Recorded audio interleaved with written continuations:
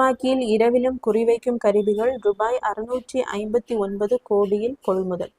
So இந்த எந்தெந்த உள்நாட்டு நிறுவனங்களிலிருந்து இதை கொள்முதல் பண்ண போகிறாங்க அப்படின்னா MKU மெட்ஃபிட் டெக்னாலஜிஸ் இந்த நிறுவனங்களுடன் இணைந்து தான் இந்த கருவிகளை வந்து தயாரித்து வழங்க இருக்கின்றன. ஸோ இந்த கருவிகளை வந்து ஷிக் 716 துப்பாக்கியில் இணைத்து தான் இதை வந்து பயன்படுத்துவாங்க. இந்த கருவியை பயன்படுத்துவதன் மூலம் இரவு நேரத்திலும் குறி தவறாமல் 500 மீட்டர் வரை இந்த இலக்குகளை என்ன பண்ண முடியும்னா தாக்க முடியும்.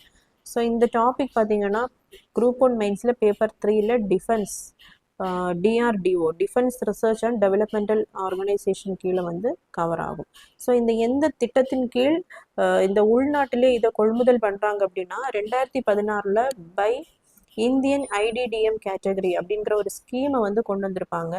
Indigenously designed developed manufactured category. அதாவது உள்நாட்டில் இருக்கக்கூடிய அந்த தளவாடங்களை பாதுகாப்பு தளவாடங்களை வந்து உள்நாட்டிலேயே 59% மேல் உற்பத்தி பண்ண வேண்டும். அந்த ஸ்கீமுக்கு கீழே தான் இப்போ இந்த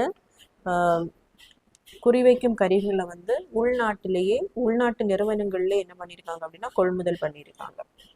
ஸோ இதனுடைய மற்றொரு பெனிஃபிட் என்ன அப்படின்னா உள்நாட்டிலே இதை நம்ம ப்ரொடக்ஷன் பண்ணும்போது இதனுடைய உதிரி பாகங்கள் MSME அதாவது மைக்ரோ ஸ்மால் மீடியம் என்டர்பிரைசஸ் வந்து வாங்கும்போது அவங்களுக்கும் அவங்களுடைய தொழில் வந்து லாபகரமாக அமையும். அதற்காக தான் இந்த திட்டத்தை வந்து இனிஷியேட் பண்ணியிருக்காங்க.